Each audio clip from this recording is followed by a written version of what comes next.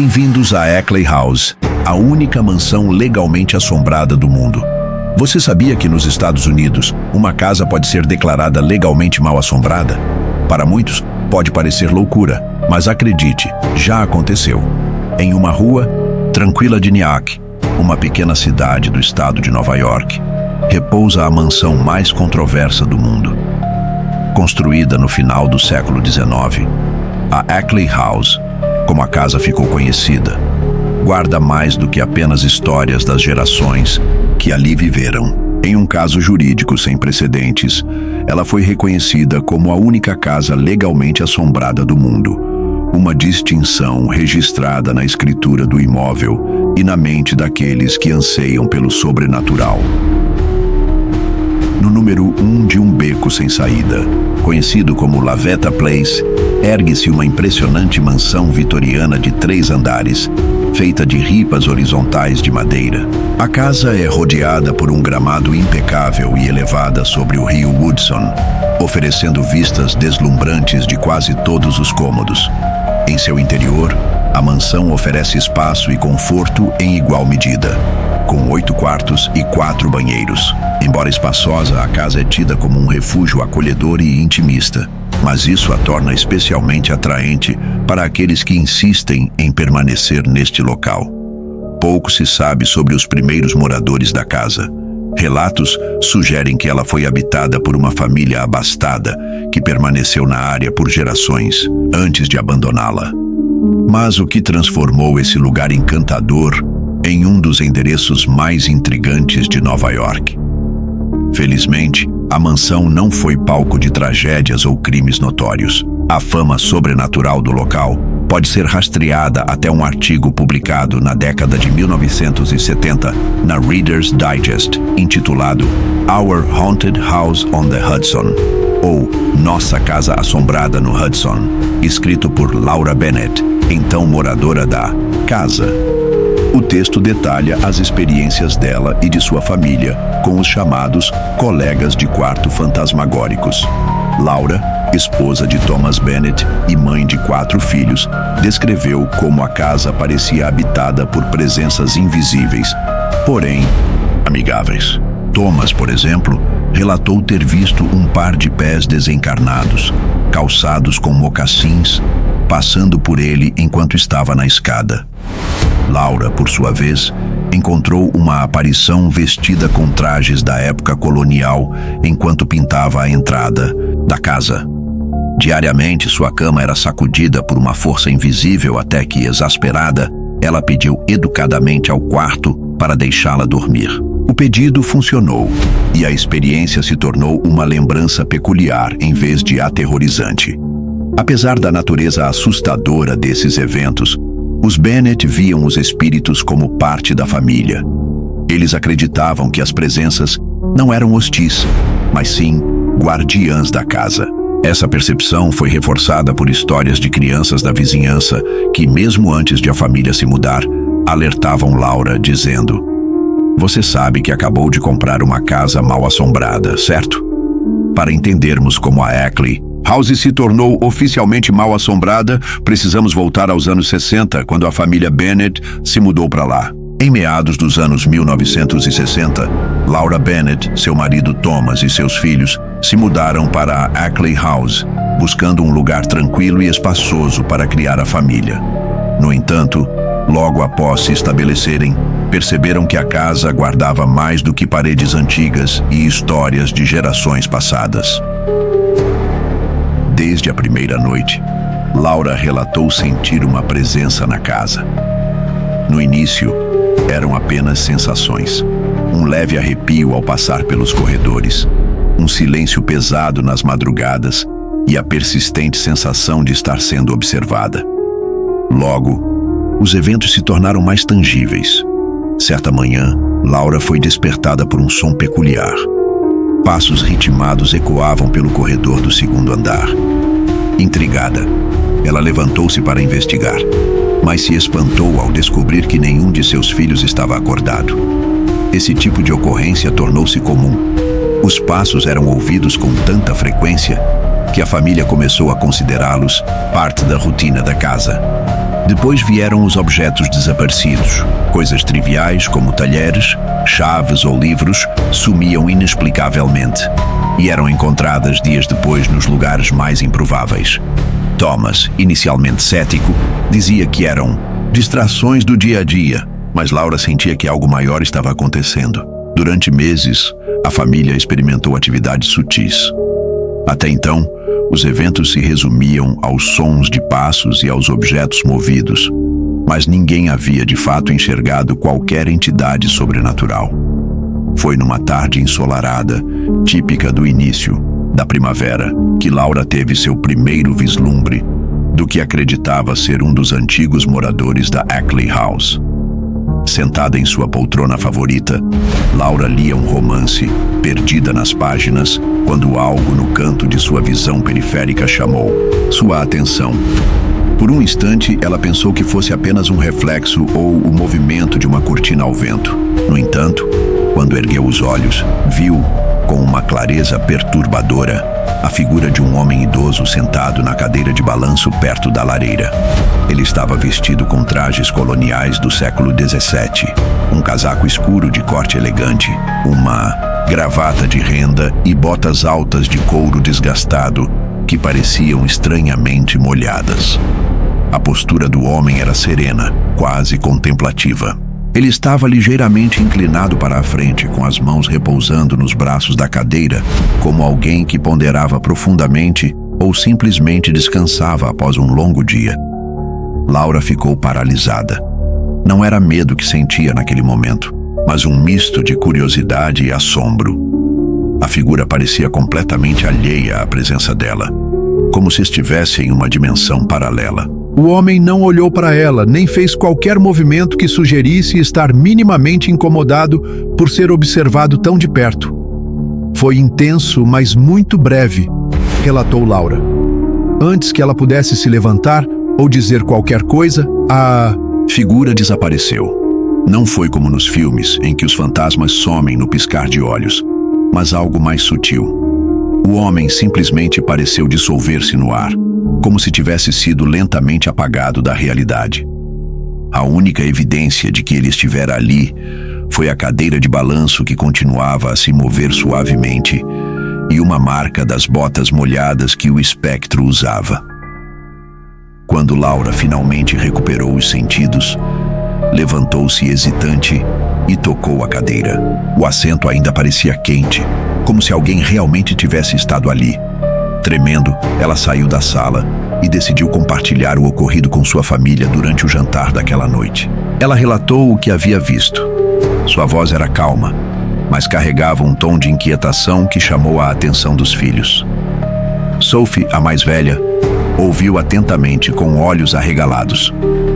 Após um longo momento de silêncio, ela confessou: "Mamãe, eu acho que vi algo também." Sophie explicou que dias antes, enquanto estava em seu quarto no segundo andar, percebeu uma figura feminina olhando pela janela. Era uma jovem de cabelos longos e rosto pálido que parecia observar algo no jardim lá fora. A visão durou apenas alguns segundos antes de desaparecer. "Ela não parecia querer me assustar", acrescentou Sophie, tentando esconder o medo. "Mas foi estranho, muito estranho." Liam, o irmão mais novo, também teve sua própria experiência. Ele contou que estava dormindo em seu quarto quando despertou com mãos frias que pareciam tocar seu rosto. Esperando encontrar Thomas ou Laura ao lado da cama, o garoto abriu os olhos e viu de relance um vulto claro flutuar pelo quarto até atravessar a porta fechada e desaparecer no corredor escuro. Para Laura e a família Bennett, estava claro que a mansão era habitada por algo mais.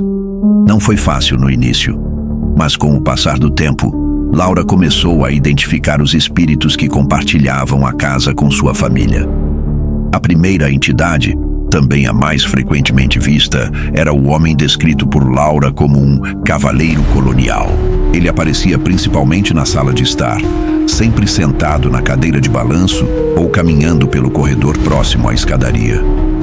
Laura acreditava que ele era um antigo proprietário da mansão, talvez alguém que tenha vivido ali no final do século XIX. Os encontros com ele eram sempre serenos. Ele nunca parecia interessado em interagir diretamente com os membros da família, mas sua presença era inegável. Sophie o apelidou de O Guardião, pois acreditava que ele estava ali para proteger a casa de algum mal invisível. Embora menos frequente, a presença de uma segunda entidade também foi notada. A figura feminina descrita por Sophie era uma jovem de cabelos compridos, vestida com roupas brancas que pareciam flutuar ao seu redor. Ela geralmente era vista perto das janelas do segundo andar, sempre mirando os jardins da casa. Liam, o filho mais novo, afirmou que a jovem costumava aparecer em seu quarto à noite. Ele dizia que ela nunca falava, mas parecia querer comunicar algo. Certa vez, ele acordou no meio da noite e encontrou a figura parada ao lado de sua cama. Apesar do susto inicial, ele afirmou que não sentiu medo, apenas uma curiosidade silenciosa. Terceiro espírito era o mais enigmático. Ao contrário dos outros, raramente se manifestava de forma visível. Laura descrevia essa entidade como uma presença reconfortante que parecia cuidar da casa e de seus habitantes. O espírito protetor, como ela o apelidou, demonstrava sua existência de maneiras sutis. Janelas que haviam sido deixadas abertas antes de uma tempestade eram inexplicavelmente fechadas. Portas destrancadas eram encontradas trancadas na manhã seguinte e pequenos acidentes eram evitados, como velas que se apagavam misteriosamente antes de causar incêndios. Laura começou a ver esse espírito como um tipo de zelador espiritual que parecia ter um vínculo profundo com a mansão. As interações sobrenaturais, embora algumas pessoas possam imaginar que viver com fantasmas seria assustador, não eram vistas assim por Laura. Ela insistia que as entidades da casa não eram hostis. Pelo contrário, acreditava que elas cuidavam de sua família de maneiras sutis, quase carinhosas. Certa vez, Laura perdeu um broche de grande valor sentimental. Após dias de busca infrutífera, ela acordou de um sonho no qual o espírito protetor apontava para uma gaveta na cozinha. No dia seguinte, ao abrir a gaveta indicada no sonho, lá estava o broche, perfeitamente posicionado no centro. Outro episódio marcante ocorreu durante uma tempestade. Thomas havia esquecido de fechar a janela do sótão, e a família temia que a chuva entrasse e causasse danos. Porém, ao subir para verificar, encontraram a janela firmemente fechada, algo que ninguém na casa admitiu ter feito. Uma das histórias mais intrigantes relatadas por Laura foi sobre um presente recebido em um sonho. Ela sonhou que o espírito da jovem mulher lhe entregava um par de brincos delicados, feitos de pérolas e ouro. No sonho, a jovem dizia: "Estes são para você, como agradecimento por cuidar bem de nós." Na manhã seguinte, enquanto arrumava um armário que raramente usava, Laura encontrou um pequeno estojo que continha brincos exatamente como os do sonho. Nenhum membro da família sabia explicar como os brincos haviam ido parar ali, e Laura decidiu guardá-los como um símbolo de sua convivência pacífica com os espíritos. Enquanto Laura via as presenças como benévolas, nem todos os membros da família compartilhavam o mesmo sentimento. Embora reconhecesse que havia algo estranho na casa, Thomas continuava cético e atribuía os fenômenos a coincidências ou à imaginação fértil de sua esposa. Sophie e Liam viviam divididos entre o fascínio e o medo, especialmente quando os eventos se tornavam mais intensos. A convivência com as entidades tornou-se parte do cotidiano da família Bennet. Para eles, a Ackley House não era apenas uma casa, era um lar compartilhado entre os vivos e os espíritos do passado. Com o tempo, as histórias sobrenaturais se espalharam pela comunidade, transformando a mansão em um ponto de interesse paranormal. Laura, no entanto, não se importava. Para ela, os espíritos eram uma parte intrínseca da alma da casa, e ela acreditava que, de alguma forma, eles também haviam adotado sua família. Essa relação peculiar entre a família Bennet e os espíritos da mansão seria colocada à prova anos depois, quando a casa se tornasse o centro de um caso jurídico histórico, o caso Harper versus Bennett. Em 1989, depois de décadas vivendo na mansão, os Bennett decidiram que era hora de se mudar. A mansão, com seu estilo vitoriano e sua vista para o rio Hudson, atraiu a atenção de Daniel e Clara Harper, um casal de Nova York. Eles ficaram encantados com a propriedade desde a primeira visita e não hesitaram em assinar o contrato de compra. No entanto, havia algo que Laura não mencionara: a fama da casa como um dos imóveis mais notoriamente assombrados dos Estados Unidos. Para Laura e sua família, os fantasmas eram parte do charme da casa. Mas para os Harper, a ideia de dividir o espaço com presenças sobrenaturais não era bem-vinda. Foi só depois de fecharem o negócio que os Harper começaram a ouvir rumores sobre as peculiaridades da Ackley House. Histórias sobre aparições, objetos que se moviam sozinhos e sons inexplicáveis eram conhecidas em toda a cidade. Alguns vizinhos chegaram a brincar com Daniel, perguntando: como é viver em uma casa assombrada? A princípio, Daniel desconsiderou os comentários como exageros ou superstições locais, mas ao investigar mais a fundo, descobriu o artigo Our Haunted House on the Hudson, em que Laura detalhava suas experiências com os espíritos, descrevendo-os como amigáveis e inofensivos, mas inegavelmente presentes. Ao perceber que a fama da casa era amplamente conhecida e que Laura não havia divulgado essa informação, Daniel ficou indignado. Ele argumentou que nunca teria comprado a propriedade se soubesse de seu passado sobrenatural. Determinado a anular a compra, Daniel iniciou um processo legal contra Laura, dando início ao caso Harper versus Bennett, um dos embates jurídicos mais controversos da história norte-americana. Daniel Harper baseou seu caso na ideia de que Laura havia agido de forma negligente ao não revelar a reputação assombrada da casa. Ele alegou que a história sobrenatural diminuía o valor da propriedade e tornava o imóvel inaceitável para ele e sua família.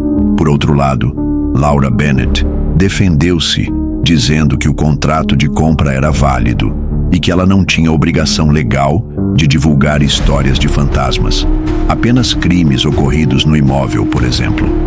Experiências sobrenaturais, segundo ela, não estavam incluídas nas normas de divulgação imobiliária.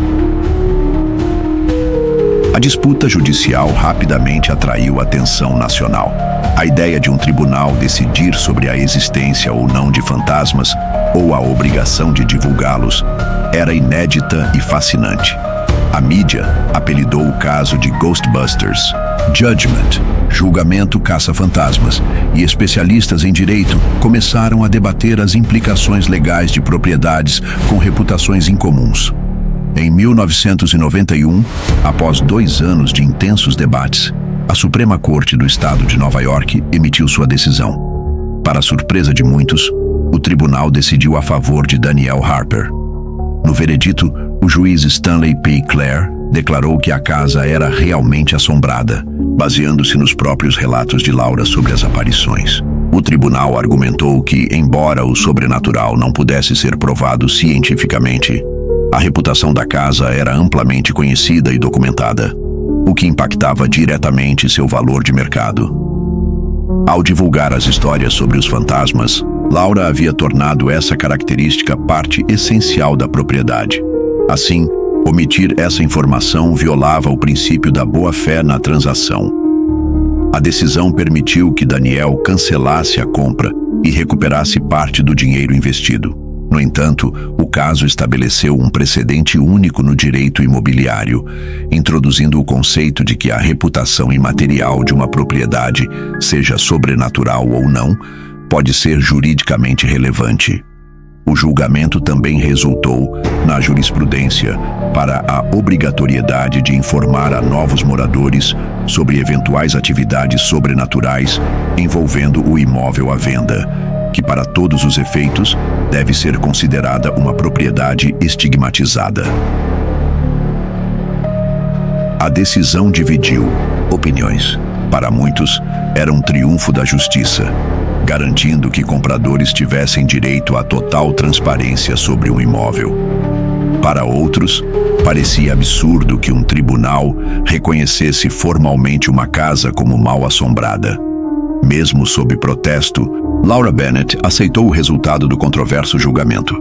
Para ela, os fantasmas que habitavam o imóvel eram uma parte tão natural da casa quanto seus vitrais e corredores. A Ackley House, por sua vez, continua a atrair curiosos e entusiastas do sobrenatural, mantendo viva sua reputação como a primeira mansão estigmatizada do mundo. E você, moraria em uma casa oficialmente mal assombrada como a Ackley House? Adoraríamos saber sua opinião. Se gostou deste texto, compartilhe e nos diga o que achou. Até a próxima!